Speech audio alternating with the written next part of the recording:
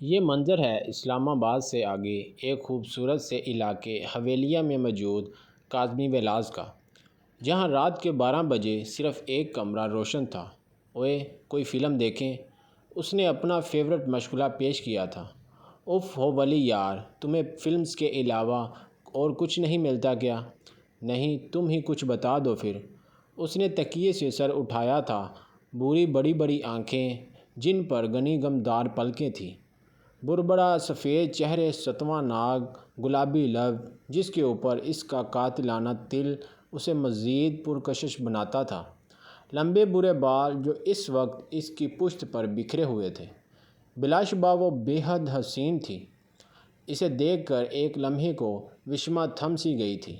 کیا ہوا؟ خود کو مسلسل دیکھنے پر وہ کنفیوز سی وشما کے آگے چٹکی بجا گئی۔ تمہارے بال کتنے خوبصورت ہیں نا؟ تو تمہارے بال بھی تو پیارے ہیں۔ اس نے ناسمجھی سے وشما کو دیکھا۔ نہیں، میرے بال چھوٹے ہیں۔ نائل کو لمبے بال پسند تھے۔ وہ منہ لٹکائے بولی کہ اس کے نام پر اس کا حلق تک کڑوا ہوا تھا۔ انہیں کتنی بار کہا تھا، اس کا نام مت لیا کرو، سارا موڈ خراب ہو جاتا ہے یار۔ وہ برا سا منہ بنائے بولی، ایک تو مجھے سمجھ نہیں آتی تم اتنا چڑھتی کیوں ہو؟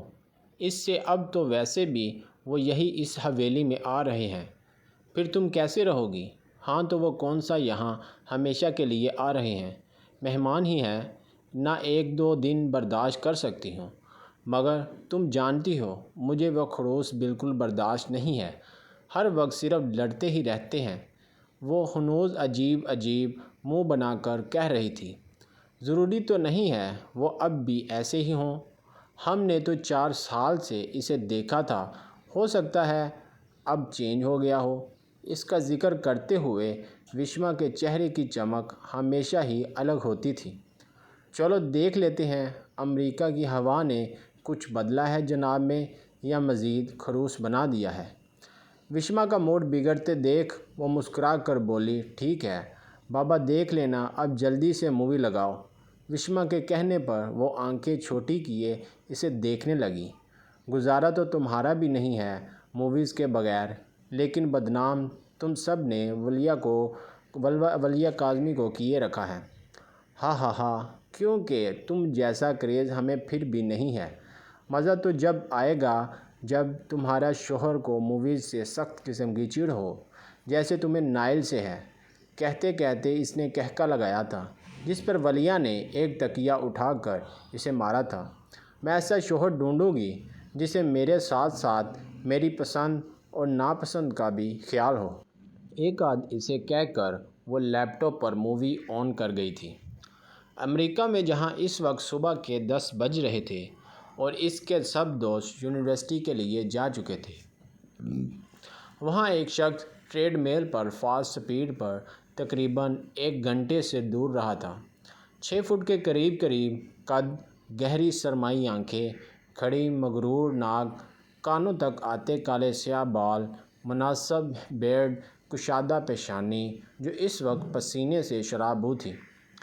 چہرے پر موجود تاثرات اس وقت کسی گہری سوچ میں ڈوبنے کا پتہ دے رہے تھے، جب سوچوں کا تسلسل اچانک بجھنے والے فون نے توڑا تھا۔ فون پر موجود نمبر دیکھ کر ایک گہرا سانس بھرے اس نے کال اٹینڈ کی تھی۔ سلام ڈیڈ۔ وعلیکم السلام۔ پھر کب نکل رہے ہو؟ رات کی فلائٹ ہے، شام تک نکل جاؤں گا۔ اب وہ ٹریڈ میل بند کرتا، پانی کی بوتل اٹھائے جم روم سے باہر آ گیا تھا۔ تم اب تک جم کر رہے تھے کیا؟ ارسلان صاحب نے اس کی پھولی ہوئی سانس سن کر سختی سے بولے۔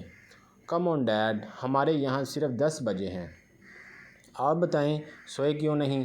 پاکستان میں تو رات ہو رہی ہوں گی نا؟ ہاں بس تم کل رات آ جانا۔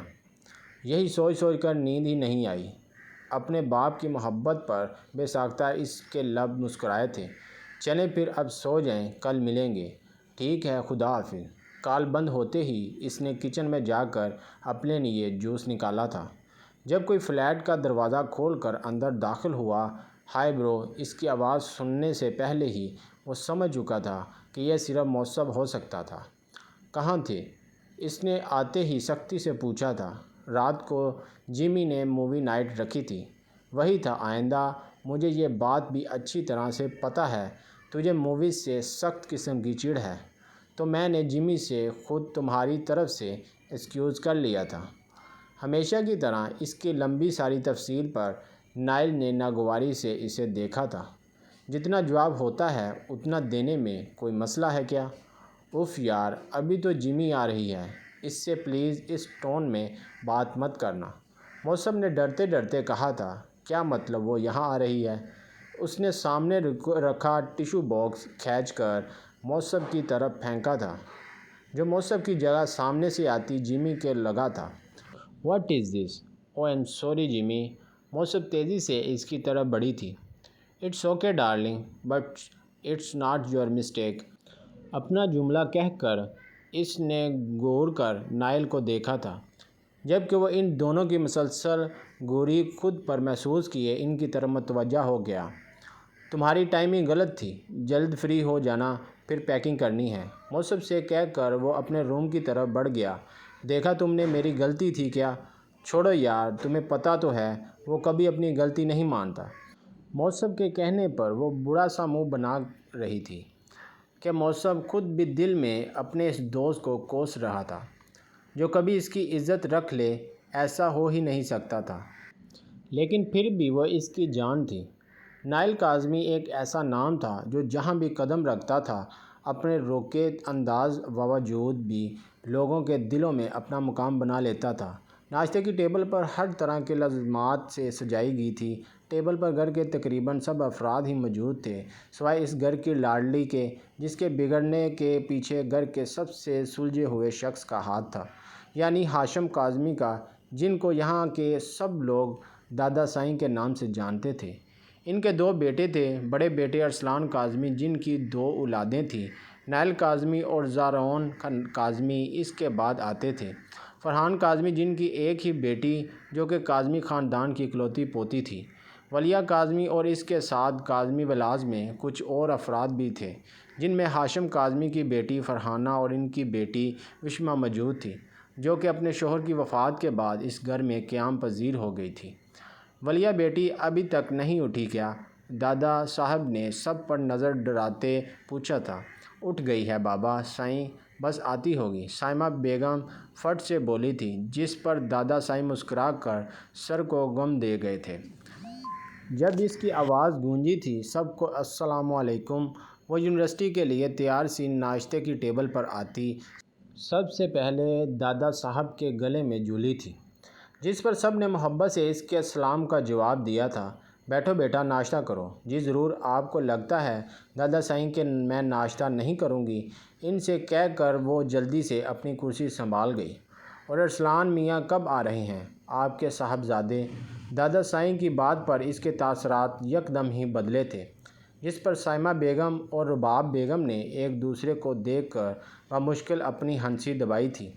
بس آج دوپہر تک انشاءاللہ پہنچ جائے گا، ارسلان صاحب نے مسکرا کر جواب دیا۔ ٹھیک ہے، پھر کل پورے علاقے کی دعوت ہوگی۔ آخر ہاشم کاظمی کا پورا پوتا جو واپس آ رہا ہے، دادا سائیں نے فخریہ انداز میں اعلان کیا۔ دیکھ لیں دادا سائیں، آپ کے اس فیصلے سے خوش تو ہیں نا؟ کیوں کہ مجھے تو اچانک سے جلنے کی بو آ رہی ہے۔ زارعون نے فوراً اسے مداخلت کی تھی، جس پر ولیہ نے اس کے پاؤں پر اپنا پاؤں مارا تھا۔ کیا مطلب؟ کون خوشی؟ کون سی خوشی؟ دادا سائیں سنجیدہ ہوئے تھے۔ کچھ نہیں دادا سائیں، یہ تو ایسے ہی بکواس کرتا رہتا ہے۔ ولیہ کے جواب پر وہاں موجود سب افراد نے قہقہ لگایا تھا۔ کاظمی ولا کے سب لوگ ہی ولیہ کے چڑھنے سے واقف تھے۔ چلو اب ہنس لیا ہو تو یونیورسٹی چلیں، تم جاؤ، آج میں نہیں جا رہا۔ کیوں؟ کس خوشی میں؟ وہ ابھرا و چکائے بولی۔ اس خوشی میں جس کی وجہ سے تم جل بن رہی تھی۔ میرا بھائی آ رہا ہے، میں اسے رسوا نہیں کرنا چاہتا، شرارت سے کہتا وہ باہر کی طرف بھاگا تھا کہ وشما کو اشارہ کرتی خود بھی اس کے پیچھے بھاگی تھی۔ میں تمہیں چھوڑوں گی نہیں۔ زارعون کے پیچھے بچے فلائٹ کے لیٹ ہونے کے باعث وہ دوپہر کی جگہ شام کے 5 بجے 4 سال بعد اس خوبصورت سی حویلی نما گھر میں داخل ہوا تھا۔ موسم ایئرپورٹ سے ہی اپنے گھر کی طرف روانہ ہو گیا تھا، جبکہ اپنی فلائٹ کے لیٹ ہونے پر اس نے سب کو ایئرپورٹ آنے سے منع کر دیا تھا۔ اسلام آباد سے حویلیاں کا سفر ویسے بھی گھنٹے کا تھا، جس کے باعث اس نے کسی کو تنگ نہیں کیا تھا۔ ابھی اس نے کاظمی ولاز میں قدم ہی رکھا تھا جب کوئی پیچھے سے بری طرح اس سے ٹکرایا تھا۔ "آج دیکھ کر نہیں چل سکتے، اندھے ہو کیا؟" ولیہ جو یونیورسٹی سے واپسی پر وشما کے ساتھ باتوں میں مگن اندھا دھند چلتی آ رہی تھی، سامنے کھڑے مجوس سے بری طرح سے ٹکرائی تھی۔ اس کی مضبوط پشت سے اسے اپنا سر اس سے گھومتا محسوس ہوا تھا، گویا کسی دیوار سے ٹکرایا ہو۔ "غلطی تمہاری ہے"، پیچھے سے کیوں بولتے بولتے وہ جیسے ہی پلٹا تھا، ایک دوسرے کو دیکھ کر دونوں کے تاثرات مزید بگڑ گئے تھے۔ آپ مجھے پتہ تھا آپ آئیں اور میرے ساتھ کچھ غلط نہ ہو، ایسا ہو ہی نہیں سکتا۔